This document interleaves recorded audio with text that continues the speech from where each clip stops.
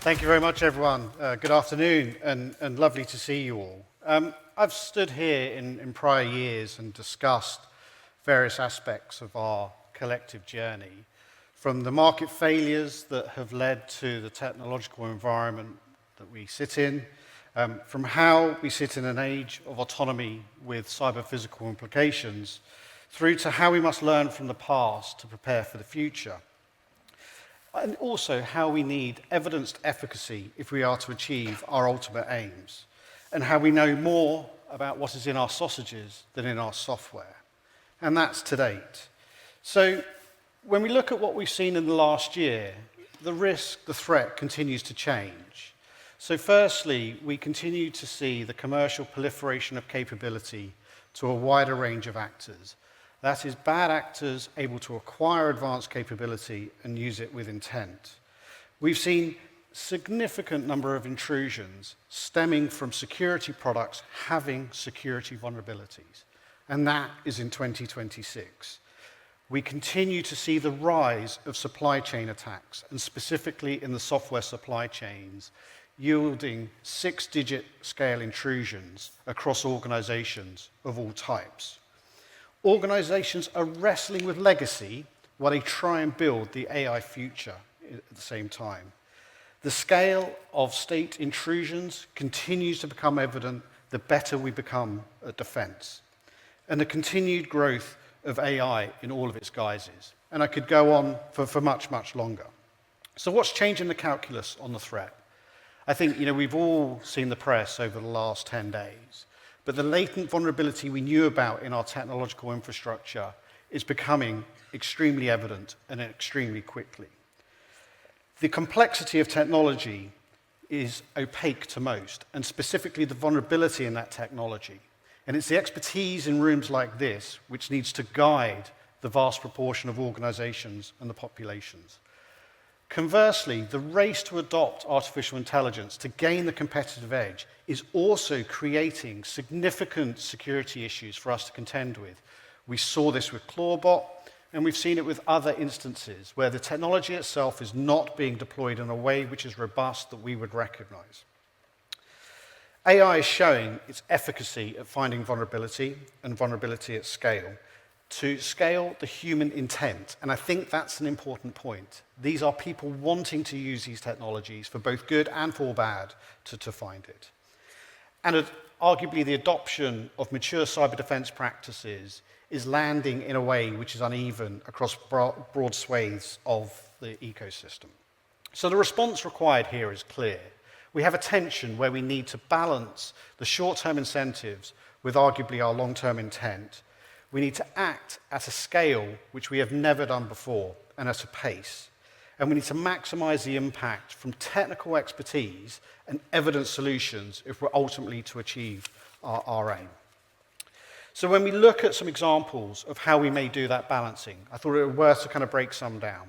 So in the short term, we could see that in the immediacy, we're going to do a coordinated response to tactical vulnerability discovery as we go through this forced technical debt correction.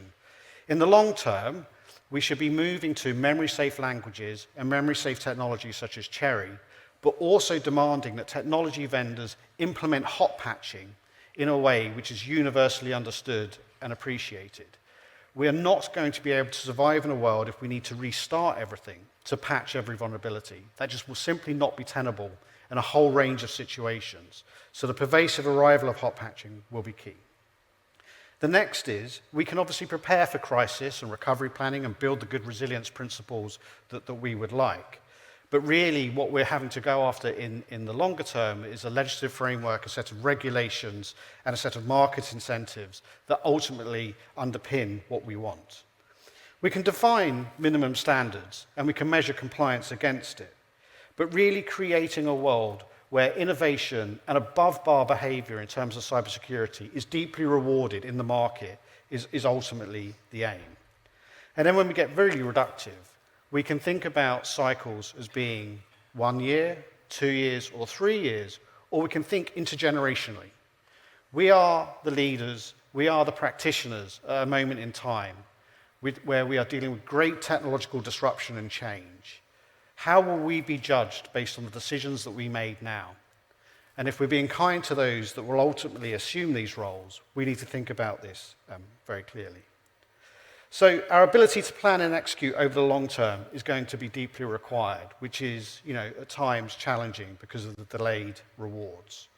But to help us kind of think about that, NCSC works with a broad range of institutions and communities in order to think about what that future may look like.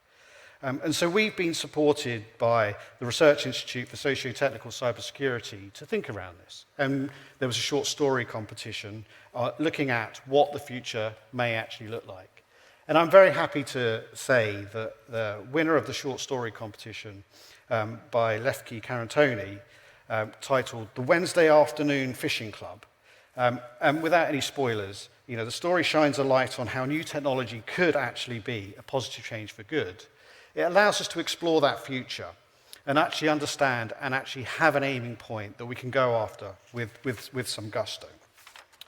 So when we look at that scaling challenge and actually how we get after it, we can look at it organizationally, we can look at it sectorally, we can look at it nationally. But the important point also, we're going to need it internationally.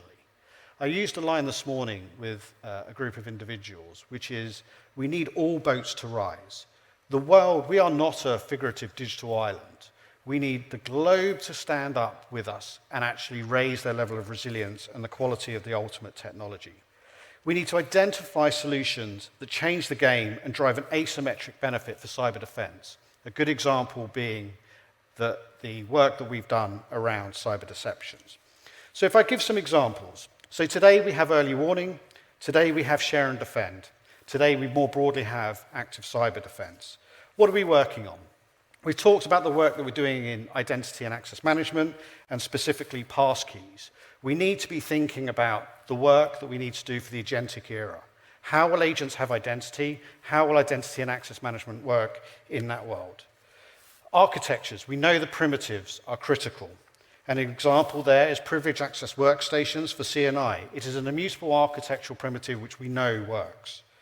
When we look at migration away from legacy technology, we have the post-quantum crypt transition coming and coming quickly. When we look at standards and the work that we're doing there around security operation centers and more broadly around within ETSI, around memory safety, all of these are laying the foundations for those long-term benefits. But we also must maximize the impact from our technical expertise. So radical transparency. There is nothing to be embarrassed about in terms of cybersecurity, although lawyers may coach us otherwise. The reality is we need organizations to be able to share across that organizational boundary with confidence to build the kind of collective defense, and technology vendors to be as transparent as they can and they are comfortable around what constitutes their technology and the quality of the processes which underpin it.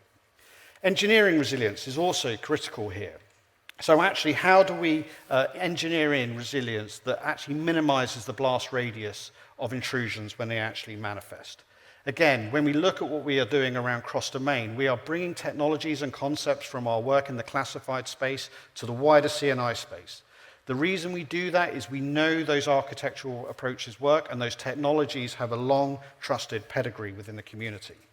And then, as we think about this, agentic AI for cyber defense. And you would have heard the security minister talk about the National Cyber Shield. How we bring real-time red and blue agents that are able to probe and, more importantly, mitigate vulnerability at scale across a national picture is ultimately where we get to. So I'd like to close out that beyond kind of AI and its cyber physical manifestation, we still haven't learned from the past. In the last year, we've seen numerous examples of emerging robotics platforms in the consumer space that have the vulnerabilities of the last 20 years. And if we do not get this right, it will be a compounding effect. So we have time, but we don't have limitless time. We have choices, but we don't have infinite choices. And ultimately, we have a duty which is enduring. So I will close out by saying we do need to balance the short term and the long term. And that's going to be a tension that we have to hold. We've got to act at a pace and a scale that we are not used to. And finally, how we maximize the impact from deep technical expertise and evidence solutions through the next period is going to be what's critical. And with that, I'd like to thank you as we move to the panel session. So thank you very much.